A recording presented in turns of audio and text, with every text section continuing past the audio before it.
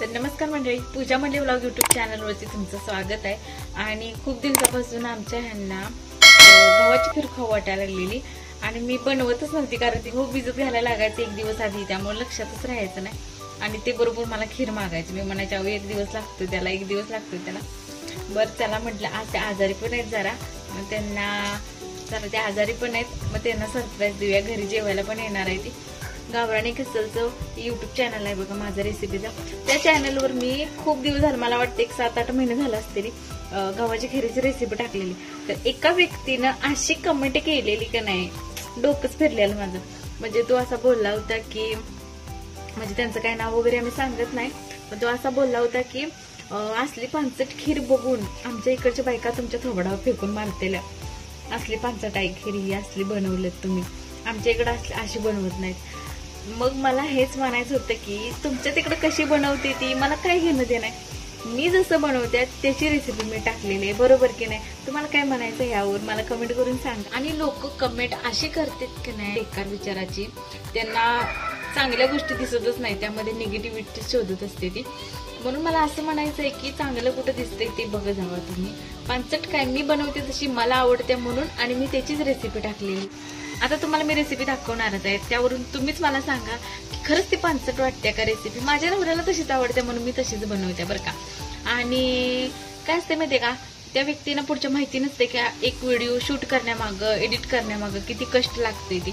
असंच तोंडाला आलं की बोलून जायचं, अशी लोक असते त्या जगामध्ये, पुढचा मागचा न विचार करता काहीही बोलून जातात। पुढच्या व्यक्तीला काय वाटेल काय नाही काय सुद्धा विचार करत नाही, त्यामुळे जरा विचार करून एक कमेंट करा, चांगली हे बघा, हे मी 1 दिवस आणि 1 रात्र भिजत घातलेलं होतं। आता हे पाणी स्वच्छ, म्हणजे 1-2 पाण्यानं स्वच्छ धुतलं आणि नंतर हे भिजत घातलेलं, आता हे पाणी ओतून घेऊया आपण। तर काढले, आता हे मिक्सरच्या भांड्यात टाकून घेऊया।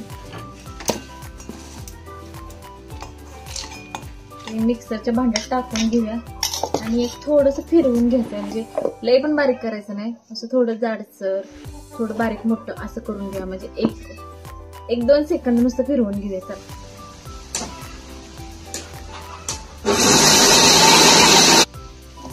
हे बघा मित्रांनो, हे असं बारीक मोठं करायचंय, म्हणजे जास्त बारीक पण नाही आणि जास्त मोठं पण नाही, असं करूया। हे सगळं काढून घेऊया आणि असंच सगळं तयार करायचं, म्हणजे असंच सगळं आता हे बारीक करून घेऊया। मिक्सर मधून राहिलेलं आहे ते ही तर तयार झाले। आता आपण शिजवून घेऊया, म्हणजे कुकरच्या भांड्यामध्ये टाकूया शिजवायला, आणि कुकरच्या आपल्याला 4 शिट्ट्या मारून घ्यायच्या त्या, म्हणजे हे गहू कणा चांगलं शिजते आणि खीर एकदम चविष्ट लागते। हे टाकूया सगळं आणि यामध्ये पाणी टाकूया।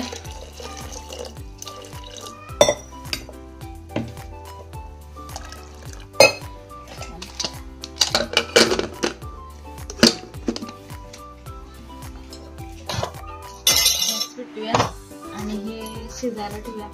इथे आपल्याला 4 ते 5 शिट्ट्या मारून घ्यायच्या आहेत आणि 10 मिनिटांसाठी शिजवायला, म्हणजे चांगलं शिजायला, जी वाफ तयार झालेली आहे त्याच्या वाफेवर शिजायसाठी बाजूला काढून ठेवूया।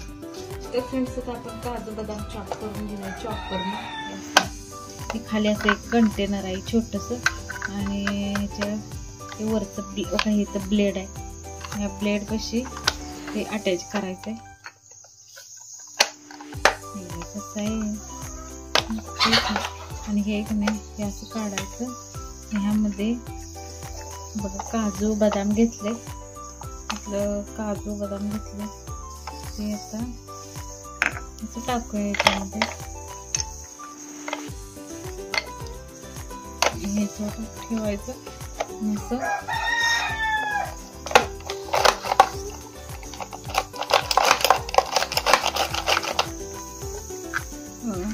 हे असं बऱ्यापैकी चॉप होतंय, हे असं छोटं छोटं स्लाइस पडते।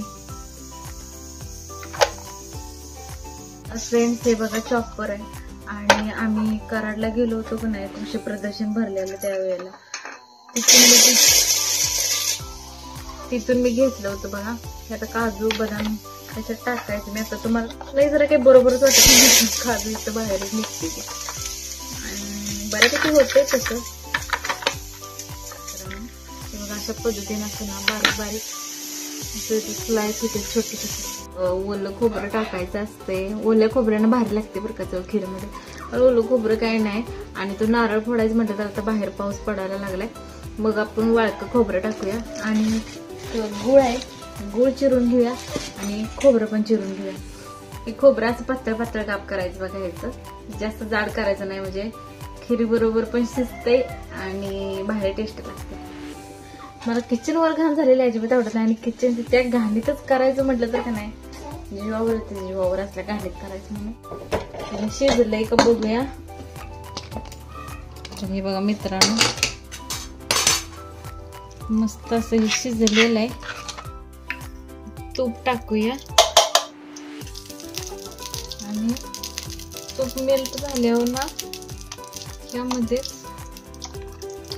जे बारीक चॉप करून घेतलेलं ड्रायफ्रुट्स आहेत का नाही ते टाकूया. थोडं गार्निशिंग साठी ठेवूया आणि यामध्येच खोबरं पण टाकूया. चांगलं भाजून घेऊया.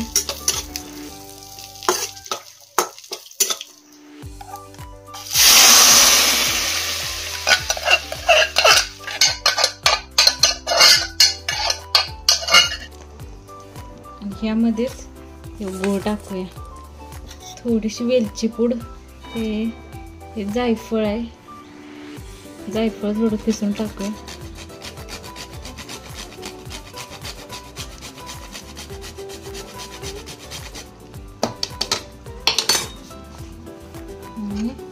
आता मिक्स करूया.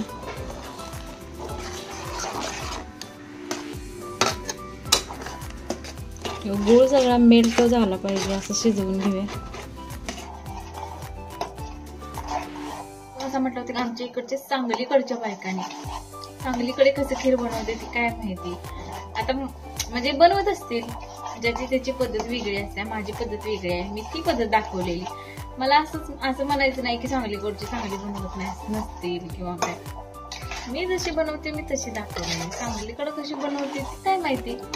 असं म्हणायला पाहिजे होतं की आमच्या इकडे सांगलीकडे असं काय बनवत नाही ती. आमच्याकडचं जरा पद्धत वेगळी आहे. बोलण्याची नेगेटिव्हिटी बघा किती आहे. पानसट बोलला तो. जेवणाला नाव एक ठेवलं. बेकार वाटलं होतं. पण माणसांना हे समजत नाही की एखादी बॅड कमेंट केल्यानंतर तर पुढच्या व्यक्तीच्या मनावर किती परिणाम होतो त्याचा. जरा विचार करून बोलत जावा. कारण गाव जे असू दे सोडा. असल्या माणसांच्याकडे मी काही जास्त लक्ष देत नाही. अशा माणसांच्याकडं म्हणजे पाय खेचणाऱ्या लोकांच्याकडे जर लक्ष देत बसली तर मी आयुष्यात काहीच करू शकणार नाही हे मला माहिती आहे. म्हणून मी अशा लोकांना इग्नोर करते. चला आपण आता खीर एन्जॉय करूया आणि हे आल्यानंतर ह्यांची रिॲक्शन बघूया कसे. ह्यांना सरप्राईज दिल्यानंतर आपण पॉझिटिव्ह विचार करायचा. निगेटिव्ह विचार करायचाच नाही. तर फ्रेंड्स खीर तयार झालेली आहे बघू शकताय. ती जरा गरम आहे त्यामुळे जरा अशी पातळ वाटते बरं का. थोडीशी थंड झाली की नाही मग मस्त लागते खायला. चला आपण सर्व करून घेऊया एका प्लेटमध्ये.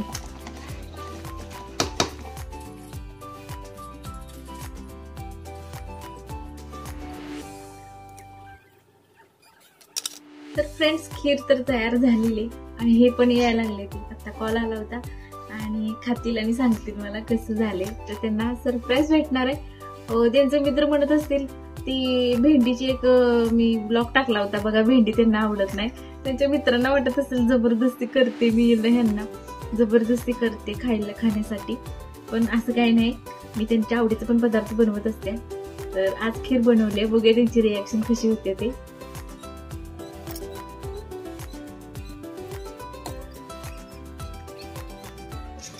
कशी झाली खीर. मस्त झाले. जबरी तुमच्या मित्रांनी वाटते की मी भेंडीची भाजी जबरदस्तीने खाऊ घातली तुम्हाला. आवडीचं काही बनवत नाही. आवडीच आहे खीर आवडीच आहे माझ्या. ही नाही कुठं बाहेर झाले ना बाब्या. काय एक नंबर खीर झाली. खाऊन बघ. तुम्हाला आवडली ना. तर फ्रेंड्स हे तर खीर खाऊन गेले, यांना खूप आवडली. आणि तुम्हाला रेसिपी कशी वाटली मला कमेंटमध्ये सांगा. आणि त्यांची रिॲक्शन बघितलीच तुम्ही, त्यांना खूप म्हणजे खूप आवडते खीर नका.